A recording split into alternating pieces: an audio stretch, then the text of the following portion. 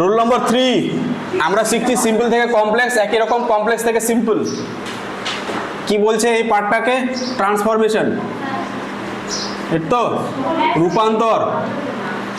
তো এখানে বলছে সরল বাক্যের ইনফিনিটিভকে সরিয়ে ক্লজ এবং ক্লজকে সরিয়ে ইনফিনিটিভ। ক্লজ মানে তো বুঝতেই পারছি আমরা, ইনফিনিটিভটা হচ্ছে 2 + V1 ফরম্যাট, এই তো, যেমন টু গো, টু বাই, এই যে জিনিসগুলো থাকবে এগুলোকে সরাতে বলছে। এগুলোকে সরিয়ে কি করতে বলেছে? ক্লজ করতে বলেছে। ক্লজ মানে একটা সাবজেক্ট থাকবে, একটা ভার্ব থাকবে এবং একটা অবজেক্ট বা কমপ্লিমেন্ট থাকবে। তো দেখো 1 নম্বর বাক্য দেখছি, he went Malda to buy a book. সে মালদা গিয়েছিল বই কিনতে। টু বাই কথার অর্থ হলো কিনতে, তে বিভক্তি থাকে।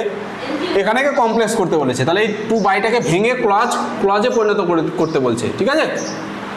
তাহলে সে মালদা গিয়েছিল বই কিনতে, এটা সরল বাক্য। কেন সরল বাক্য?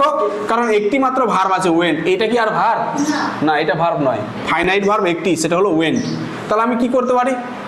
কারণ এবং ফল পাচ্ছি এখানে একটা, যে সে মালদা গিয়েছিল, এটা একটা কাজ, আর ফল মানে কারণ কি? যে সে বই কিনতে চেয়েছিল। তাহলে আমি কি করব? হি ওয়েন্ট মালদা লাগাবো because he wanted to buy a book. কারণ সে এটি বই কিনতে চেয়েছিল। তাহলে এই যে টু বাই, এটা ভেঙে আমি কি পেলাম? Because he wanted to buy a book, এই যে ক্লজ পেয়ে গেলাম একটা, বুঝে গেল? এভাবে ইনফিনিটিভকে আমরা ক্লজে পরিণত করব। চলে আসে আমরা 2 নম্বর উদাহরণটি, এটাও খুব সহজ। টু এখানেও দেখতে পারবো একটা বক্তব্য বা স্টেটমেন্ট থাকবে এবং একটা ফল থাকবে। সি ওয়াজ টু উইক, সে এতই দুর্বল, টু ওয়াক এনিমোর, যে সে আর হাঁটতে পারছে না। টু থাকলে কি করতাম? মনে পড়ছে? So that. এই সো দ্যাটটা কিন্তু কমপ্লেক্সের নিয়ম, ঠিক আছে? তাহলে কি করব? She was so weak that she, এবার ওয়াজের জন্য কুড নট করবো, তো she could not walk anymore. She was so weak that she could not walk anymore. সে এতই দুর্বল ছিল যে সে হাঁটতে পারছিল না। হলো? They came here to help you, তারা এখানে এসেছিল তোমাকে সাহায্য করার জন্য। এই যে টু হেল্প, এই ইনফিনিটিভটাকে আমাকে ক্লজে নিয়ে যেতে হবে। তাহলে কেন এসেছিল? সাহায্য করতে। তাহলে they came here because they wanted to help you. They came here because they wanted to help you.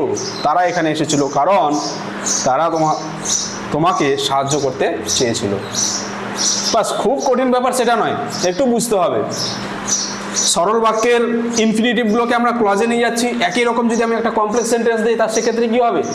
সেটাকে সরিয়ে সিম্পল সেন্টেন্সে নিয়ে যেতে হবে। I ran fast to get my first train.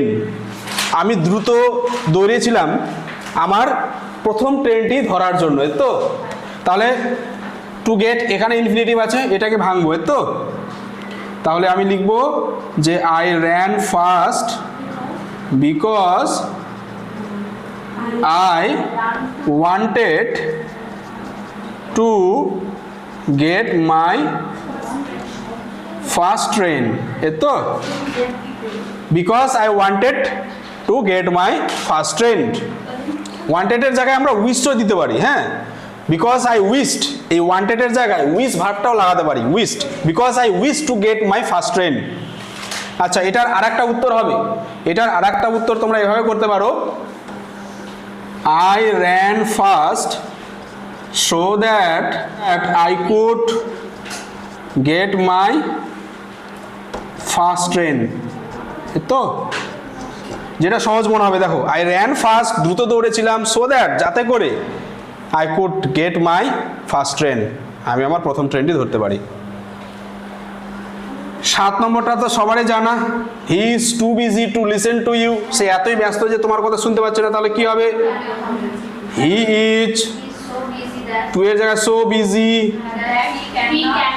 That, এই টু এর জায়গায় আবার দ্যাট বসালাম, তারপর হি প্রেজেন্ট টেন্সে আছে, ক্যান নট হবে, তো can not listen to you, yes right দিতে হবে। He is so busy that he can not listen to you, সে এতই ব্যস্ত যে তোমার কথা শুনতে পাচ্ছে না। Next, he scolded her brother, because he scolded she wanted to her brother, আমরা বিকজ দিয়ে করতে পারি অথবা সো দ্যাট দিয়ে করতে পারি। So that he find a job, ঠিক আছে, আমি সহজ এখানে ছোট করে দিলাম। So that he find a job, this I want ফাইন্ডটা ফাইন্ডস করে দিলাম। যেটা আমরা বললাম সেটা হবে she wanted ঠিক আছে অবশ্যই অবশ্যই, কেন হবে না। She scolded her brother because she wanted to help him find a job.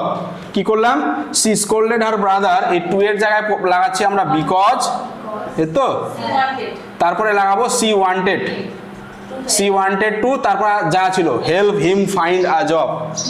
Because দিয়েও করতে পারো, সো দ্যাট দিয়েও করতে পারো, ঠিক আছে। নেক্সট চলে আসি আমরা 5 নম্বর। এখানে বিকজ দিয়ে দেওয়া ছিল, এটাকে তাহলে আমরা আবার ইনফিনিটিভ যোগ করব। তাহলে we went there visit her mother to visit her mother, আমরা সেখানে গিয়েছিলাম তার মাকে সাক্ষাৎ করতে। নেক্সট বলো, her mother bought her a book to score good marks in the exam, তার মা তাকে একটা কিনে দিয়েছিল, কি কিনেছিল, বই, to score good marks in the exam. তাহলে আমরা কি লিখবো, her mother bought her a book so that she can score good marks in the exam, bus. Sir এটা wanted বলে কিন্তু স্যার এটা অবশ্যই হবে ওয়ান্টেড দিয়ে, বারবার ওয়ান্টেড ওয়ান্টেড শুনে ভালো লাগছে না, যার জন্য আমরা রিপিটেশন করলাম। ওয়ান্টেড দিয়ে করলে কি হবে তাহলে, her mother bought her a book because she wanted, score good marks in the exam yes, because she wanted to score good marks in the exam। কিন্তু বারে বারে ওয়ান্টেড রিপিটেশন না করে আমরা এখানে সো দ্যাট দিয়ে ইজিলি করতে পারি, এবং এটা শুনে বেশি ভালো লাগছে সো দ্যাট দিয়ে, ঠিক আছে। তো এই হলো রুল নম্বর 3, সিম্পল সেন্টেন্স থেকে কমপ্লেক্স সেন্টেন্স করার। তাহলে টোটাল আমাদের এখনো পর্যন্ত আমরা শিখলাম 3টে রুলস, সিম্পল থেকে কমপ্লেক্সের 3টে রুলস শিখলাম, ঠিক না। এবারে শাফল করে দিই, মিশিয়ে দিই, ঠিক আছে।